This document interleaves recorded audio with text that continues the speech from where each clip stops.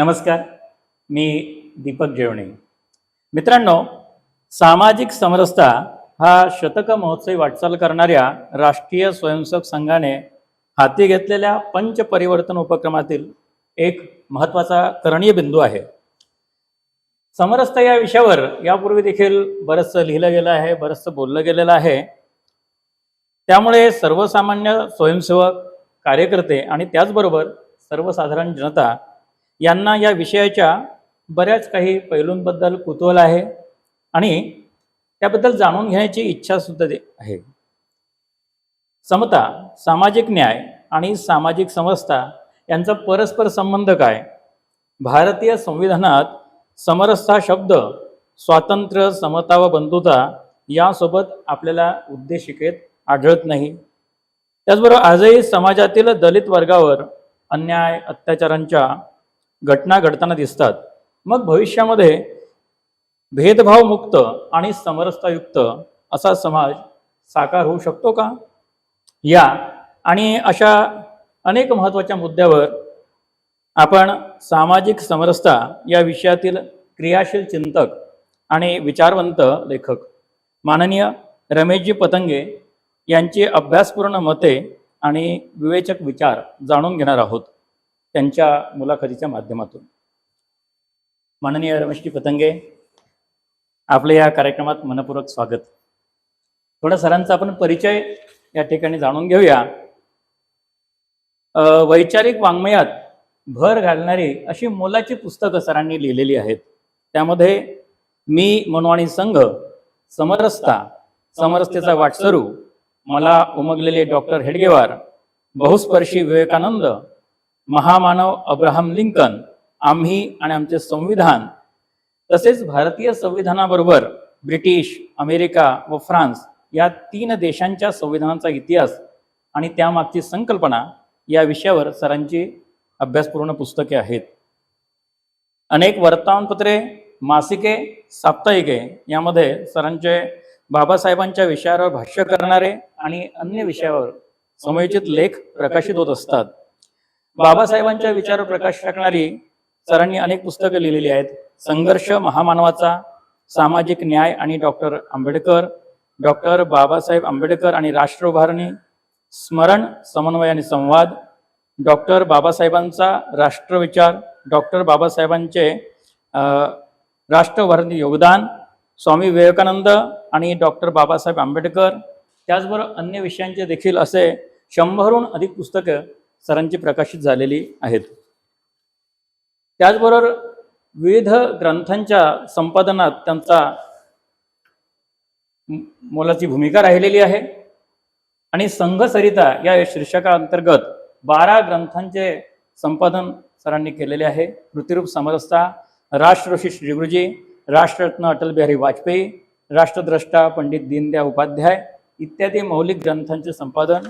त्याचबरोबर लखनौ, दिल्ली, राजकोट, तामिळनाडू, हैदराबाद, हुबळी, मुंबई इत्यादी विद्यापीठांमध्ये सन्माननीय वक्ते म्हणून सरांनी भाषणं दिलेली आहेत आणि या विद्यापीठात डॉक्टर बाबासाहेब आंबेडकर यांचे राष्ट्रचिंतन तसेच भारतीय राज्यघटना या विषयांवर सन्माननीय वक्ते म्हणून प्राध्यापक आणि संशोधन करणाऱ्या विद्यार्थ्यांसमोर सरांनी विषयाची मांडणी केलेली आहे.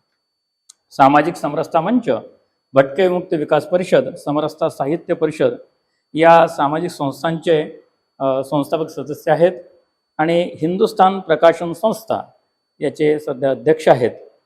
हिंदुस्थान प्रकाशन संस्थेतर्फे साप्ताहिक विवेक, हिंदी विवेक, शिल्पकार चरित्रकोश आणि पुस्तक प्रकाशन विभाग असा मोठा प्रकाशनाचा व्याप आहे.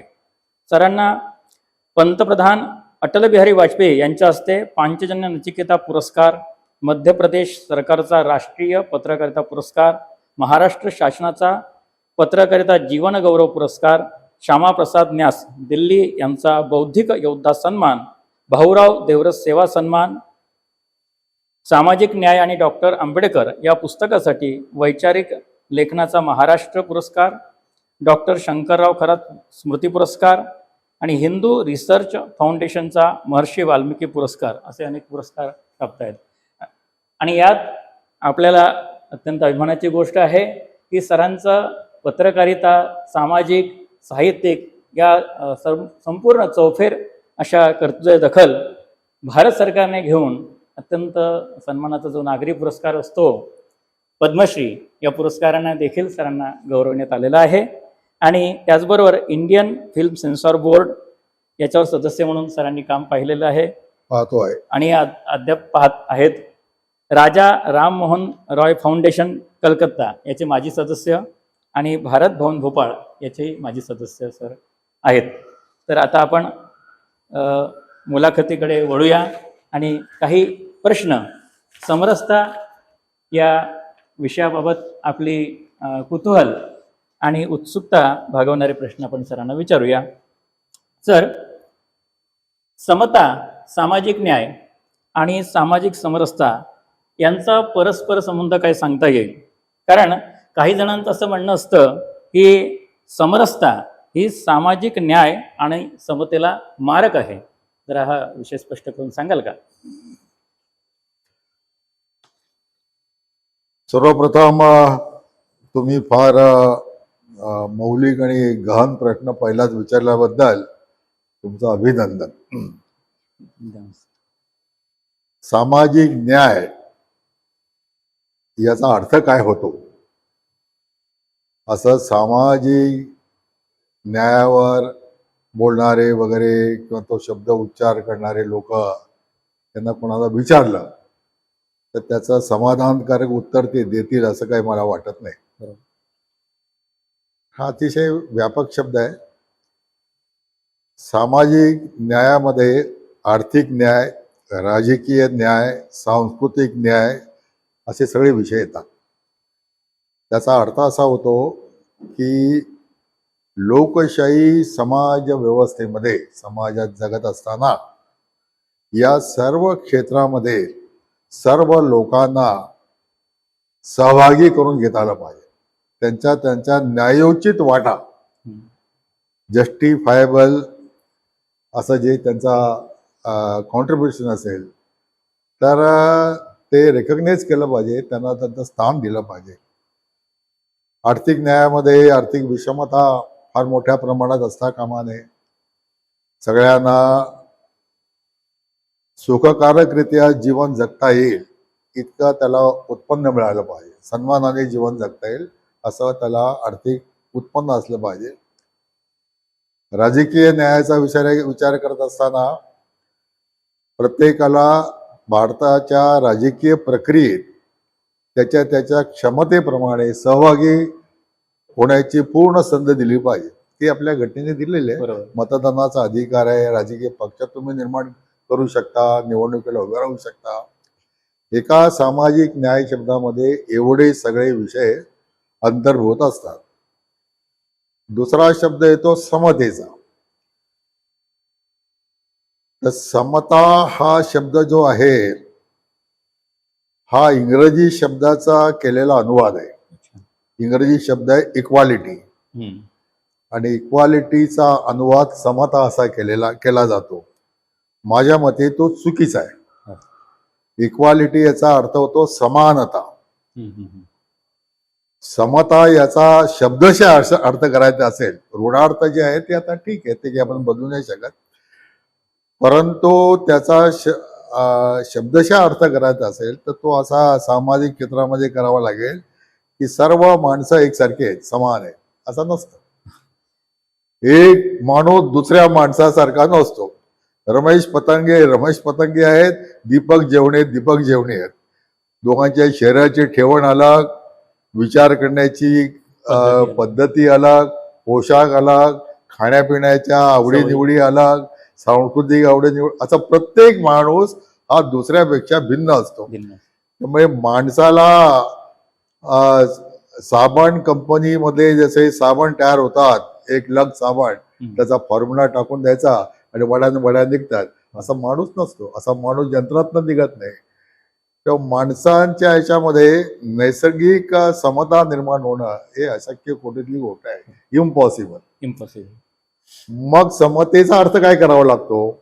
तो आपल्या राज्यघटनेने फार सुंदर केलेला आहे. तो असा केलेला आहे की समता याचा अर्थ असा होतो की अशा प्रकारे विषम क्षमता असणारे मनुष्य समाज जो आहे त्यात प्रत्येकाला प्रगती करायची आहे, प्रत्येकाला सुखी व्हायचं आहे, तर काही गोष्टी समानतेने सर्वांना उपलब्ध झाल्या पाहिजे.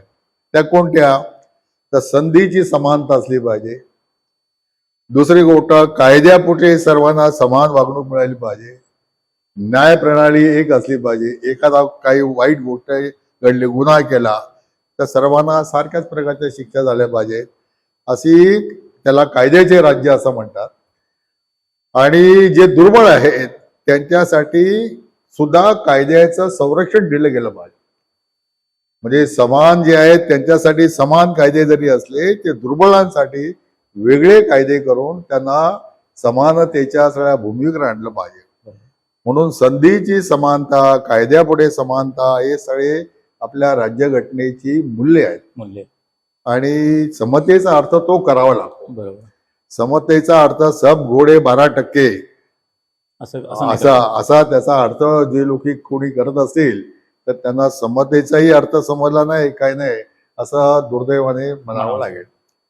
आता याच्यामध्ये समरसता हा विषय कुठे येतो? तर सामाजिक न्याय निर्माण व्हायचा असेल आणि समता निर्माण व्हायची असेल तर तिसरा प्रश्न येतो त्याच्यामध्ये, हे कोणी करायचं? याचं दायित्व कोणावर आहे? राज्यघटनेने याचं दायित्व शासन संस्थेवर टाकलेलं आहे, राज्य सत्तेवर टाकलेलं आहे. राज्य सत्ता त्या संदर्भात कायदे करते. कायदे काय असतात? स्त्री पुरुष समानता, एकाच कामासाठी स्त्री आणि पुरुषांना समान वेतन मिळालं पाहिजे, बरोबर, वगैरे वगैरे सगळे सरकार राज्य सत्ता, सरकार म्हणण्यापेक्षा राज्य सत्ता हे कायद्यातून ते सगळं करत असते. जे अस्पृश्य आहे त्यांच्या संरक्षणासाठी कायदे आहेत, मॅट्रॉसिटी ऍक्ट वगैरे सर्व काही आलं. परंतु कायद्याने समता समानता निर्माण करण्याला प्रचंड मर्यादा असतात. असं जरी असलं तरी, कायदा जरी समानतेचा असला तरी मी असं ठरवलं की मला दीपक जेवणाबरोबर जेवायचं नाहीये, मला त्याच्या डब्यातला खाणार नाही, मी त्याचं आजचं पाणी देखील मी पिणार नाही. माझ्या घरामध्ये, ऑफिसमध्ये कायदा माझं काय करणार आहे? That is my choice. बरोबर. हे सुद्धा मला दिलेल्या घटनेने दिलेलं स्वातंत्र्य आहे. त्या माझ्या चॉईसवर तुम्ही काही कुठला कायदा आणू शकत नाही. मी हिणवलं दुसऱ्याला त्या दृष्टीने तर तो कायदा भंग केल्यासारखं होईल.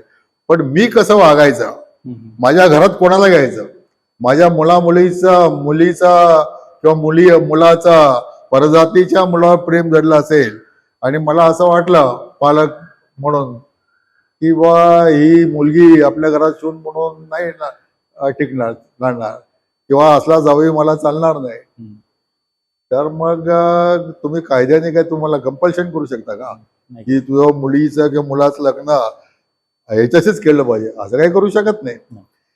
तेव्हा या सर्व गोष्टीच्या बुडाशी येतं की सामाजिक न्याय निर्माण व्हायचा असेल, समता निर्माण व्हायची असेल तर माणसाच्या मनामध्ये परिवर्तन झालं पाहिजे, त्याच्यावर संस्कार झाले पाहिजे. त्याच्या मनामध्ये एक मैत्रीची भावना, बंधुत्वाची भावना, आपण सर्व एक आहोत, एकाच चैतन्याची वेगवेगळी रूपं आहोत. रंग रूप वेगवेगळे असू शकतात, परंतु तुझ्यात आणि माझ्यात समानतेने काय आहे तर एक चैतन्य आहे.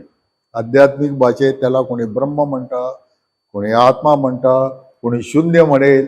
हे शब्दांचे वाद करून भांडणं करणारी लोक आपल्याकडे खूप आहेत. तर त्याच्यात आपल्याला शिरायचं काही कारण नाही.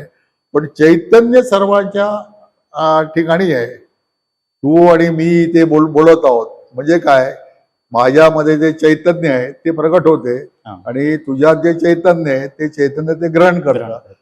ते चैतन्य गेलं तर आपण म्हणतो की ह्याचा प्राण गेला, हा निष्प्राण झाला, बोलू शकत नाही, ऐकू शकत. ते चैतन्य रूपाने आपण सर्व समान आहोत ही जाणीव निर्माण करणं म्हणजे समरसता. आणि ते काम कायद्याच्या पलीकडे आणि सर्व ह्याच्या पलीकडचे आहे. ते माणसाची संपर्क करून, त्यांच्या मनावर संस्कार करून, त्यांना समजावून सांगून आणि ही आपली भारताची महान परंपरा आहे.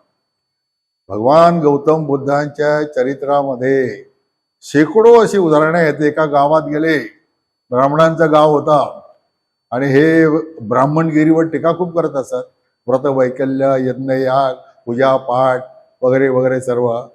तर त्या ब्राह्मणाने त्यांना गावात प्रवेशच दिला नाही, ईश्वरच अडवला आणि भरपूर शिव्या घातल्या, भरपूर. सगळ्याचा सगळा तो शिमगा संपल्यानंतर भगवंताने विचारला की तुमचं झालं का शिव्या देऊन वगैरे? हो. आता माझा एक प्रश्न आहे, त्याचं उत्तर द्या. प्रश्न असा आहे की तुम्ही सगळे गृहस्थी लोक आहात, तर वर्षभरात तुमच्याकडे कोण ना कोण पाहुणे येत असेल, नातेवाईक येत असेल, मित्रमंडळी येत असेल, असे दूरवरून आले तर तुम्ही काय करता? आम्ही त्यांचं स्वागत करतो, त्यांना जेवू खाऊ घालतो, फार जवळचा कोण असेल त्याला काही भेटवस्तू देतो. पण समजा त्यांनी असं ठरवलं की यातलं आम्हाला काहीच नको, मग ते कोणाकडे राहील? म्हणजे आमच्याकडेच राहणार. बरोबर. तसे गौतम बुद्ध म्हणाले की तुम्ही मला भेट म्हणून ज्या सगळ्या शिव्या दिल्यात त्या मला नको आहेत, ते आता तुमच्याकडेच या. बरं, ते आता तुम्ही गावात जा आणि वाटत बसा कोणाला तिकडे तिकडे. हे जे असतं ना, ही मैत्री भावना, कोणाच्या विषयी दुर्भावना न ठेवता या पातळीवर समाजाचा मनस्थिती आणणं, ते काम म्हणजे समरसतेचं काम आहे. कठीण काम आहे, पण कठीण असल्यामुळे आव्हानात्मक काम असतं, चॅलेंजिंग काम असतं. सामान्य कामं कोणीही करतात, कठीण कामं संघाला करावी लागतात, संघ स्वयंसेवकांना. तसं आहे ते संघाचं काम आहे. संघाच्या पंचसूत्रीमध्ये तो विषय आलेला आहे, तो या भूमिकेतून आलेला आहे असं मला वाटतं. सर, आपण बोलताना बंधुतेचा उल्लेख केला, भारतीय राज्यघटनेचा उल्लेख केला, परंतु स्वातंत्र्य, समता आणि बंधुता यांचा उल्लेख त्यात आढळतो, म्हणजे समरसतेचा उल्लेख आढळत नाही असं बऱ्याचशा तथाकथित तज्ज्ञांचंही मत असतं. याबद्दल काय आपण सांगाल, समरसता चळवळीचे कार्यकर्ते म्हणून? असं आहे की समरसता हा शब्द प्रयोग जो आहे हा आपल्या राज्यघटनेच्या मूलभूत अधिकार हा 51A असा त्याचा अध्याय किंवा त्याला काय म्हणतो आर्टिकल्स, त्याचे नंबर आहेत. ते 51A मधला कलम 5 आहे, उपकलम. त्या उपकलमामध्ये भारतातील सर्व लोकांनी एकमेकांशी समरसतेचा व्यवहार केला पाहिजे, अशा तऱ्हेची ती वाक्य आहेत. ती कधी आलेली आहेत? ते 1976 साली जेव्हा घटना दुरुस्ती झाली आणि ज्या वेळेला ते मूलभूत कर्तव्याचा चॅप्टर त्यात टाकला गेला त्यावेळेला सामाजिक समरसता मंच सुरू झालेला नाही, तो 83 साली सुरू झाला. आणि 83 साली जेव्हा सुरू झाला तेव्हा ते काम माझ्याकडे आलं. मलाही समरसतेचा अर्थ त्यावेळेला पूर्ण समजला होता असा काही भाग नाहीये. पण नंतर अध्ययनातून जेव्हा मी ते राज्यघटनेचा अभ्यास सुरू केला तेव्हा ही सगळे कलमा वाचली आणि त्या कलमामध्ये ओरिजिनल जे संविधान आहे 395 कलमांचा, आताचे 412च्या वर कलम गेलेले आहेत, त्या ओरिजिनल कलमामध्ये तुम्ही जो प्रश्न म्हणता तो त्या ओरिजिनल संविधानाला पुरता खरा असतो. विद्यमान संविधानाचा विचार केला तर तो प्रश्न काही खरं नाही आता आहे, पण पूर्वी ह्याच्यात नव्हता. मग पूर्वी ह्याच्यात का नव्हता? त्याचं कारण असं आहे की डॉक्टर बाबासाहेब आंबेडकरांनी जी उद्देशिका तयार केली त्या उद्देशिकेमध्ये बंधुता हा शब्द जो त्यांनी आणला तो बाबासाहेबांचं कॉन्ट्रीब्युशन आहे. कारण ही उद्देशिका जी आहे ही पंडित नेहरूंच्या ऑब्जेक्टिव्ह रिझोल्युशन वरनं तयार झालेली आहे. त्या ऑब्जेक्टिव्ह रिझोल्युशन म्हणजे उद्देशक ठरावामध्ये स्वातंत्र्य, समता हे 2 शब्दप्रयोग आहेत, त्याचं विवरण देखील आहे, परंतु बंधुता शब्दप्रयोग नाही. बाबासाहेबांनी त्याच्यावर त्यावेळेला आक्षेप घेतला होता आणि तो आणला. आणि बाबासाहेबांचा बंधुतेविषयीचं जे भाष्य आहे ते स्वतंत्र भाष्य आहे, ते घटनेमध्ये असं भाष्य करता येत नाही. परंतु ते भाष्य असं आहे की बंधुता याचा अर्थ काय? तर बंधुता याचा अर्थ भारतातील प्रत्येक नागरिकाने एकमेकांशी सख्या भावाप्रमाणे नव्हे, सख्या भावाहून अधिक प्रेम केलं पाहिजे. मैत्रीची भावना केली पाहिजे. आता मैत्रीची भावना जी आहे, मैत्र, हा शब्दप्रयोग ओरिजिनली गौतम बुद्धाचा आहे. आणि मैत्रीची त्याची गौतम बुद्धाची अनेक सूक्त आहेत. तुला आश्चर्य वाटेल की ज्ञानेश्वरांचं जे पसायदान आहे, हो हो हो, त्या पसायदानामधल्या ओळी आहेत ना, हा. दुरितांचे तिमिर जाओ, विश्व स्वधर्म सूर्य पाहो, आणि पुढे काय, जो जे वांछेल तो तेला. मैत्र जीवांचे, हा. दुरितांचे तिमिर जाओ, मैत्र जीवांचे भूता परस्पर पडो मैत्र जीवांचे. भूता परस्पर पडो मैत्र जीवांचे. तो मैत्र हा जो शब्द आहे, हा जरी तो पसायदानातला जरी असला तरी तो ओरिजिनल आहे गौतम बुद्धाचा. बरोबर. आणि गौतम बुद्धाचे 4 शब्द आहेत, मैत्री, करुणा, मुदिता आणि उपेक्षा. तर मैत्रीमध्ये सर्व प्राणी मात्रांविषयी, नुसतं मनुष्य मात्रांविषयी नाही, सर्व प्राणी मात्रांविषयी मैत्रीची भावना निर्माण केली पाहिजे. ही एक प्रकारची आध्यात्मिक शक्ती आहे. जेव्हा त्यांच्यावर त्या अजात शत्रू आणि देवदत्ता यांनी नालागिरी नावाचा दारू पाजून अतिशय माजलेला हत्ती सोडला, तेव्हा त्या एका छोट्या गल्लीत नेत असताना लोक पळायला लागले. आता हा भिक्खू, श्रमण आता मेला याच्यामध्ये. आणि गौतम बुद्ध तिथे शांतपणे उभे राहिले, हात असे धरून, आणि बघत राहिले त्याच्याकडे. तो जवळ येत असताना त्या हत्तीचा सर्व मस्ती जी आहे ती उतरली, शांत झाला तो.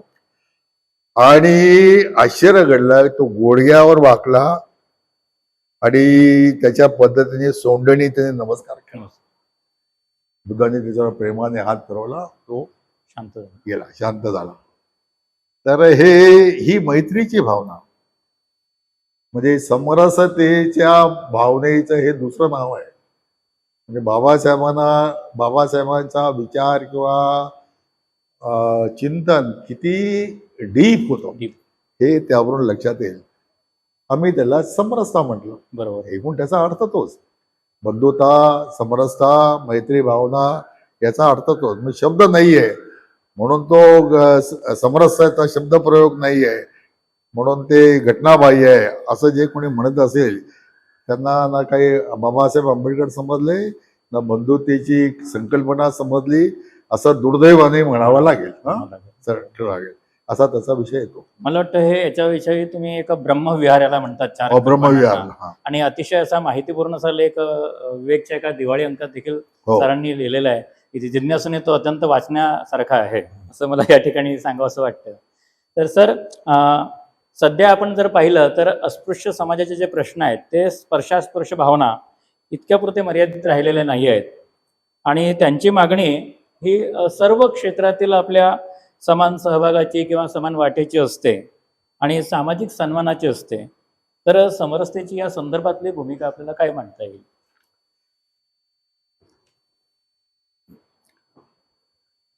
सामाजिक प्रश्न जे असतात ते न संपणारे प्रश्न असतात. म्हणजे जेव्हा अस्पृश्यता निवारण्याचा विषय सुरू झाला, अस्पृश्यता निवारणाची चळवळ सुरू झाली, तेव्हा चळवळीचे विषय काय होते, तर सामूहिक भोजन केलं पाहिजे, मंदिर सर्वांना मोकळी असली पाहिजेत. मग मंदिर प्रवेश देत नाहीत, त्या सावरकरांनी तिथे पतित पावन मंदिर याचा एक प्रयोग केला. बाबासाहेबांनी इथे पुण्यातलाच विषय केला तर पर्वतीचा मंदिर प्रवेशाचा सत्याग्रह केला, नाशिकला काळाराम मंदिराचा सत्याग्रह केला, अमरावतीला अंबा मात्या मंदिराचा सत्याग्रह केला, मंदिर प्रवेशाचा. तेव्हा ते काळानुरूप ते सगळे विषय होते.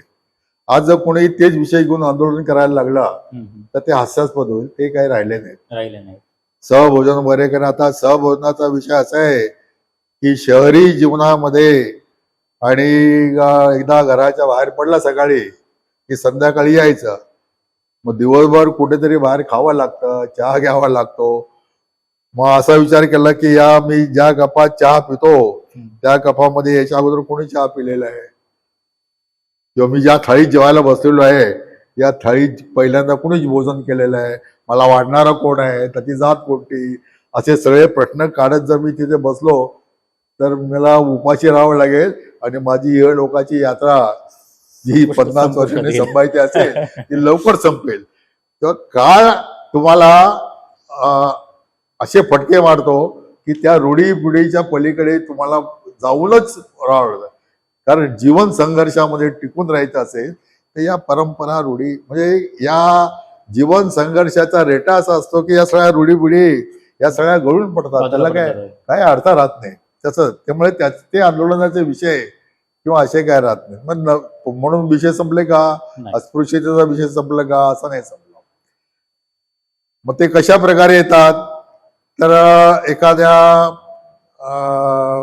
पॉश वस्तीमध्ये, चांगल्या वस्तीमध्ये आणि एखाद्या खैरमोडे, कांबळे, गायकवाड, सोनावणे अशा प्रकारचं नाव असलेला कोणाला घर घ्यायचं असेल तर तो बिल्डर्स जो आहे तो लगेच घर त्याच्या नावाने बुक करेल असं नाही. आणि तो कुठल्या जातीचा आहे, म्हणजे बिल्डर कुठल्या जातीचा आहे यावरून ते सगळं अवलंबून राहतं. भाड्याने घर द्यायचंय, तो भाडे द्यायला तयार आहे की 20, 25, 30 हजार जे काय असेल ते, परंतु त्याचं नाव जर असं असेल तर तो म्हणत नको बाबा, विचार करता येईल. कारण का बाकीचे लोक जे आजूबाजूला राहतात त्यांना ते नाही चालत, स्वीकारतील. लोकांच्या मनात ही जातीयता इतकी खोलवरची असते की माझ्या घरामध्ये पूज्य बाबासाहेब आंबेडकरांची प्रतिमा आहे, भगवान गौतम बुद्धाची प्रतिमा आहे. 25-30 वर्षापूर्वी जेव्हा मी तिथे राहायला गेलो तेव्हा त्या प्रतिमा वगैरे होत्या त्या लावल्या घरामध्ये. मग शेजारी पजारी कोणी कोण मिळालं बघायला ते दचकून जायचे आंबेडकरांची प्रतिमा बघितलं की. मग तुम्ही त्यातले का, म्हणजे तुम्ही निळे झेंडेवाले का, जय भीम का, असे लोक विचारतात. अस्पृश्य नाही म्हणणार, बरोबर, शब्द बदलतात. हा कोण आहे, हा जय भीमवाला आहे, हा कोण आहे, निळे झेंडेवाला आहे. मी जेव्हा एकदा संगमनेरला गेलो आणि त्या कार्यकर्त्याच्या घरी पोचलो तो त्यांनी मला कसं यायचं वगैरे सांगितलं आणि म्हणजे तुम्हाला एक राजवाडा लागेल आणि तिथनं असं यायचं पुढे. मग तुम्हाला राजवाडा, तुम्हाला नाही म्हणलं, राजवाडा तर कुठे दिसला नाही. मग त्याला असं म्हणलं की अडाणी दिसतोय, राजवाड्याचा अर्थ काय माहित नाही.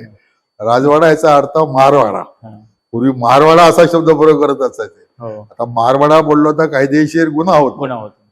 पण लोकांनी शब्द काढला नाही, मारवाडा. शब्द बदलल्याने मनातल्या भावना बदलत नाही. म्हणून तो प्रश्न जो येतो, मूळ प्रश्न जो येतो तो अस्पृश्यता निवारण करायचं म्हणजे काय करायचं. तर परमपूज्य गुरुजींनी त्याची अतिशय मार्मिक व्याख्या केलेली आहे की सवर्णांच्या मनातील संकुचित भावाचे दुसरे नाव म्हणजे अस्पृश्यता आहे. ती जोपर्यंत तुम्ही दूर करत नाही तोपर्यंत बाकी हे वरवरचे आहेत. विंडो ड्रेसिंग ज्याला म्हणतात, कपडे बदलण्यासारखं आहे. कपडे बदलल्याने आतला माणूस बदलत नाही, त्याचा बाह्यरूप बदलतं. तर तसा आंतरिक बदल होण्याच्या दृष्टीने आहेत. आता याची सर्वत्र सहभागाची जी काही भावना असते ती अत्यंत नैसर्गिक आहे आणि ती वेगळ्या अंगाने विचार केला तर लोकशाही याचा अर्थच असा होतो की government by the people, government of the people, by the people, for the people, असे 3 प्रकार येतात ना. तर government should be by the people. By the people म्हणजे लोकांच्या सहभागाचं शासन असलं पाहिजे. आणि म्हणून ती अपेक्षा आणि आकांक्षा सर्वांची असणं हे लोकशाही मूल्यांचा विचार केला अत्यंत स्वाभाविक आहे. त्याचा आदर सत्कार केला पाहिजे आणि सर्व राजकीय पक्षांनी आपापल्या पक्षाच्या रचनेमध्ये आणि त्यांच्या विचारसरणीच्या दृष्टीने आवश्यक असलेले जे कोणी कार्यकर्ते असेल त्यांना संधी दिली पाहिजे, त्यांना पुढे येण्याचा वाव दिला पाहिजे. हे त्यांचा संवैधानिक कर्तव्य आहे, त्याहूनही लोकशाहीचं कर्तव्य आहे, आणि सगळ्यात वेगळा शब्द सांगायचा तर राष्ट्रीय कर्तव्य आहे. राष्ट्रीय याचं त्यांनी पालन करायला पाहिजे, अशी समरसता मंचाचा एक कार्यकर्ता म्हणून आमची भूमिका आहे. राष्ट्रीय कर्तव्य आपण म्हणलंय की ही भावना लोकांच्या मनात जागृत झाली पाहिजे, परंतु आजही आपण पाहतो की अशा अस्पृश्य किंवा दलित वर्गावरती अन्याय अत्याचारांच्या ज्या घटना घडतात, तर हा माइंडसेट अजूनही असं का टिकून आहे असं आपणास वाटतं? या अन्याय अत्याचाराच्या ज्या घटना घडतात त्याची असंख्य कारणं असतात. वर्तमानपत्रामध्ये आणि काही भडक बातम्या देणं आणि जे अर्धवट बुद्धीचे पत्रकार आहेत, दुर्दैवाने त्यांचा भरणा हा प्रमाणाबाहेर झालेला आहे सध्या. तर त्यांना काही समजतच नाही. सामाजिक गतिविधीचा ज्ञान किंवा चळवळींचं ज्ञान असं काही नसतं. अनेकदा काय होतं की वेगवेगळे कारणं असतात त्याला. जमिनीच्या वादाचा विषय असतो, आणि जमिनीच्या वादामध्ये मग other party happens to be दलित असू शकते, असू शकते ते. आणि मग दोघांच्या मध्ये तो जो संघर्ष सुरू झाला तर मग त्याला जातीय रूप दिलं जातं. ते तसं नसतं. मूळ कारण काय ते आहे. कधी कधी मूळ कारण असं असतं की तरुण आणि तरुणी यांच्यातील तारुण्य सुलभ ज्या काही सगळ्या भावना असतात आणि त्यांचा आपापसातलं भेटणं हे जे असतात, हे लोकांना मग काही लोकांना ते आवडत नाही, आणि मग त्यातून वादविवाद सुरू होतात. आणि उत्तर प्रदेशामध्ये, हरियाणा ठिकाणी तर मग त्या खाप पंचायती भरून आणि मग अशा लोकांना जाहीर फासा सुद्धा ते लटकवतात. इतके क्रूर त्याने ते सगळा व्यवहार करत असतात. आणखीन एक कारण असं असतं की शिक्षणाचा प्रचार हा सगळ्या अस्पृश्य समाजामध्ये फार वेगाने झालेला आहे, चांगल्या प्रकारे झालेला आहे. आणि ते शिक्षणाच्या सगळ्याधिक मेहनत करणारा विद्यार्थी जर कुठला असेल आज समाजामधला, तर ब्राह्मणांच्या खालोखाल शिक्षण क्षेत्रामध्ये जो खूप मेहनत घेतो तर तो अस्पृश्य समाजातील विद्यार्थी असतो, दलित समाजातील मुलगा असतो. ते खूप मेहनत घेतात, मुलगा मुली सगळे मेहनत घेतात, आणि मग स्पर्धा परीक्षा याच्या त्यातनं ते पुढे जातात. वेगवेगळी पदच त्यांच्याकडे येतात, आर्थिक स्थिती सुधारणा होते. मग गावातले इकड तिकडचे लोक जे असतात त्यांच्यामध्ये त्याची असूया निर्माण होते. अरे कालपर्यंत बस म्हटलं की बसणारा, उठ म्हटलं की उठणारा, आमची सगळी लाकडं फोडायला म्हणलं की येणारा, जनावरां मेलेलं घेऊन ते करण्याचे बंद केलेलं आहे. त्याचा राग मनामध्ये असतो. म्हणजे काय असतं तर हितसंबंधाला एक बाधा पोचली, माणूस समतावादी कुठपर्यंत असतो की जोपर्यंत त्याच्या हितसंबंधाला काही बाधा पोचत नाही तोपर्यंत तो तत्वज्ञ असतो. तत्वज्ञान काय कोणाच्या बापाचं काही जात नाही. परंतु त्याची अंमलबजावणी सुरू झाली आणि माझ्या हितसंबंधाला काही बाधा निर्माण झाली की मग नाही, असं नाही, तसं नाही, असे त्याचे तो वेगळे तर्कवाद करायला लागतो. त्यातून हे सगळे संघर्ष असे सगळे सुरू होतात. आणि ते रोखण्याचे कायदे खूप आहेत. म्हणजे सरकारी कायदे, शासनाचे कायदे हे आवश्यकच आहेत. त्याची अंमलबजावणी सुद्धा तितक्याच कठोरपणे व्हायला पाहिजे. अंमलबजावणी करणारे पोलीस अधिकारी ते जर उच्च जातीचे असतील तर केट दडपून टाकण्याचा प्रयत्न करतात, सगळं काही करतात. असे सगळे एकात एक विषय ते सगळे गुंतलेले आहेत. म्हणून त्याचा विचार करत असताना एका सामाजिक चळवळीतील एक कार्यकर्ता म्हणून त्याचा विचार करत असताना या सगळ्या प्रक्रियेला थोडा वेळ लागेल. आणि वेळ लागेल त्यामुळे त्या संदर्भामध्ये अशा कुठल्या घटना घडल्यानंतर आज सामाजिक समरसता मंच, गतिविधी याचे कार्यकर्ते अशा ठिकाणी प्रथम पोहोचतात, ज्याला फॅक्ट फाइंडिंग कमिटी म्हणतात. तसं सगळं संशोधन करतात, अहवाल तयार करतात आणि योग्य ठिकाणी ते सादर करतात. गावातील लोकांच्या बैठका घेऊन त्यांना समजून सांगण्याचा प्रयत्न करतात किंवा सामाजिक स्तरावर एक सौहार्देचं वातावरण राहील या दृष्टीने जे करणं आवश्यक आहे ते सगळं केलं जातं. त्याला बाकी सर्व समाजाने साथ दिली पाहिजे असं मला या ठिकाणी सुचवा असं वाटतं.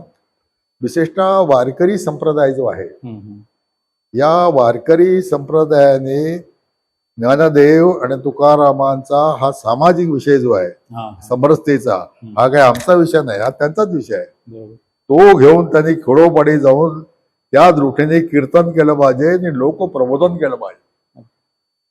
विष्णुमय जग वैष्णवांचा धर्म. विठ्ठलाची भक्ती केल्याने तुमची सगळी पापहरण होतील, मोक्ष मिळेल. आता आम्हाला कोणाला मोक्षही नको आणि काही नको.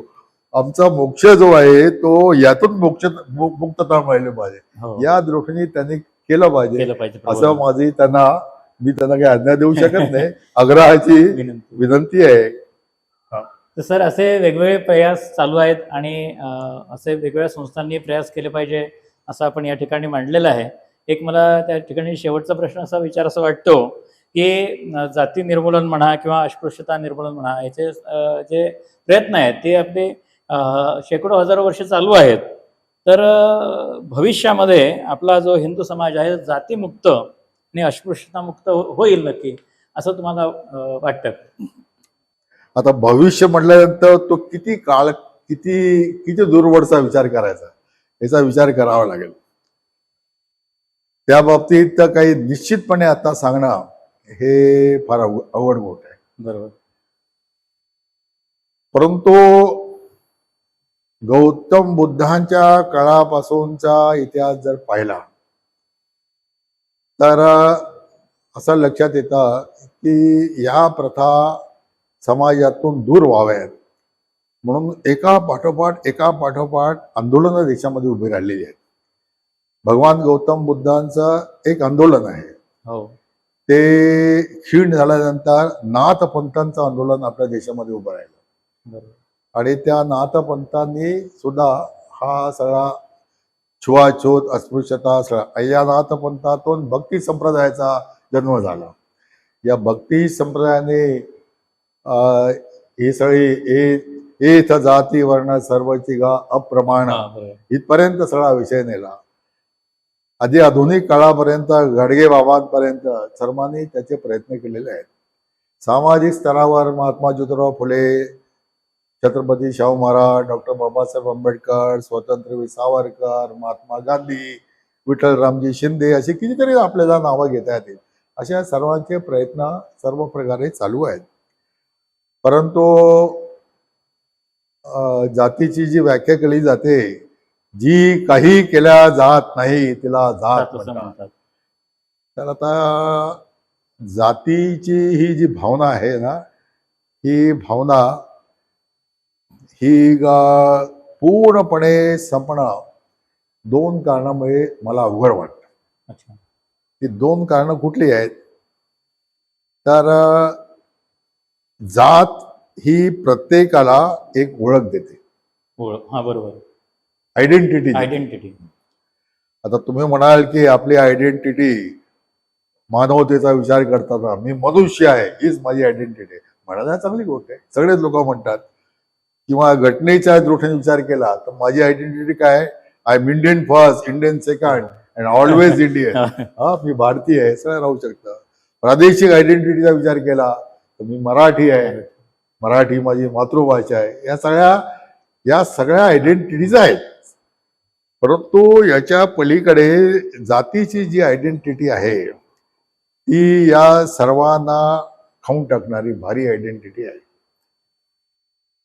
आणि तिला जोपर्यंत पर्याय दिला जात नाही, समर्थ पर्याय दिला जात नाही, आणि म्हणजे पर्याय यापुढे दिले गेले नाहीत का, मी सांगितले सगळे पर्याय आहेत. हे पर्याय जोपर्यंत आचरणात येत नाही तोपर्यंत जाती भावना राहणार. दुसरी गोष्ट, जात ही प्रत्येकाच्या भोवती, त्या जातीतल्या व्यक्तीभोवती एक संरक्षक कवच उभं करते. ते अदृश्य असतात, दिसत नाही ते. म्हणून ते म्हणी आले, जातीसाठी खावी माती वगैरे. हे संरक्षण कवच किती बलवान असतं त्याचे उदाहरण देतो. गुजरातमध्ये म्हणजे सुरतला एक 10-15 वर्षापूर्वी तापी नदीचा मोठा पूर आला. आणि इतका पूर आला की ते कापड मार्केट आहे ते पहिल्या मजल्यापर्यंत सगळं बुडून गेलं. सगळ्यांची दुकानं बुडाली. सगळं काही हे झालं आणि प्रचंड नुकसान झालं. कोट्यामध्ये मोजावर राहायचं नुकसान झालं. तिथे आपले प्रचारक होते आमचे, आता काही वेळा नावं एकदम लक्षात येत नाहीत. तर ते डोले, शरद भाऊ डोले, आणि ते त्यांचं हेडक्वार्टर तिथे होतं. तर ते कार्यकर्त्यांबरोबर सगळं एकदा बघायला गेले काय काय झालंय. अबगले ते आता एवढं नुकसान कधी भरून होणार आणि कधी काय होणार. त्यांनी बरोबरच्या कार्यकर्त्याला विचारलं. ते सगळे गुजराती कार्यकर्ते होते. तो हसला. तो म्हणलं कुठ नाही, 1 महीने में हर एक का दुकान सुरू हो जाएगा. म्हणजे कसं सुरू होणार, एवढं नुकसान पैसा कुठून आणणार. आपको देखना है, मेरे साथ आओ. आणि मग तो दुसऱ्या आठवड्यात त्यांना घेऊन गेला मार्केटमध्ये. घेऊन गेल्यानंतर हे सगळे व्यापारी जे असतात ते एका जातीचे असतात. ते जातीचे पंच आलेले आहेत. ते विचारत होते, तारो કેટલું नुकसान થયું છે? 10 લાખનું. 10 લાખ કાઢले आले. तारो કેટલું नुकसान થયું છે? 15 લાખનું. 15 लाख. असं करत करत ते वाटत गेले. लिखापडी शून्य, काही नाही. बसलं हे काय चाललंय. आणि विचारलं की हे सगळ्यांनी घेतलंय, कुठली लिखापडी नाही, काही नाही. ते परत नहीं गेलं. ऐसा हो ही नहीं सकता है. वापिस तो करेंगे, लेकिन आज जितना लिया है उतना उससे दुगना करेंगे. हे जातीचं संरक्षक कवच. माझं नुकसान झालं, मी बँकेकडे गेलो. बँक म्हणणार हे डॉक्युमेंट आणा, ते डॉक्युमेंट आणा, कोलॅटरल सिक्युरिटी द्या, अमुक करा. तो करता त्याचा ते फेऱ्या तो अर्धमेला होऊन जातो. इथं कुठे बँक नाही, काय नाही. हे परस्पर विश्वासाचं सगळं जे काही कवच असतं एका जातीत, हे केवळ व्यापारी जातीपुरतं असं नाही. तू ज्या जाती जन्मला असेल त्या जातीचंही असंच असतं. प्रत्येक जातीचं असं एक आत्मीयतेची भावना. आता मी संघात वाढलो. माझ्या स्कूल लिव्हिंग सर्टिफिकेटवर सुद्धा धर्म हिंदू, जात हिंदू असंच आहे. म्हणजे मी खऱ्या अर्थाने जातीमुक्त हिंदू आहे. कारण माझ्याकडे डॉक्युमेंट काही नाही. मला ओबीसीचं सर्टिफिकेट या जन्मात मिळू शकत नाही, माझ्या मुलांनाही मिळू शकत नाही. कारण माझ्या त्या जन्म दाखल्यावरच ते नाहीये. असा मी जरी असलो तरी जेव्हा मला पद्मश्री प्राप्त झाली तर मी ज्या जातीचा आहे, भावसार या जातीचा, तर त्या जातीच्या इतक्या लोकांचे मला फोन आले, काय विचारू नये. आणि त्यांचं काय म्हणणं की आपल्या जातीतील पद्मश्री मिळाले, तुम्ही पहिले आहात, मग तुमचा सत्कार करायचा आहे, अमुक करा. आता आपल्याला असं मी संघ स्वयंसेवक आहे, जातीपाती म्हणत नाही असं म्हणून चालत नाही ना. समाजात राहायचं आहे, म्हणजे हिंदू समाजात राहायचं. तर तेही हिंदूच आहेत. मग मी अशा काही कार्यक्रमांना, सगळ्याच कार्यक्रमांना नाही गेलो, पण काही कार्यक्रमाला जाऊन आलो. हे जातीचा सांगायचा मुद्दा काय, जातीचं हे सगळं आकर्षण असतं. याला जोपर्यंत तुम्ही काही पर्याय देत नाही. आता संघ स्वयंसेवक जाती मुक्त असतो का असतो, तर माझी ओळख काय, तर माझी ओळख स्वयंसेवक हीच माझी ओळख आहे.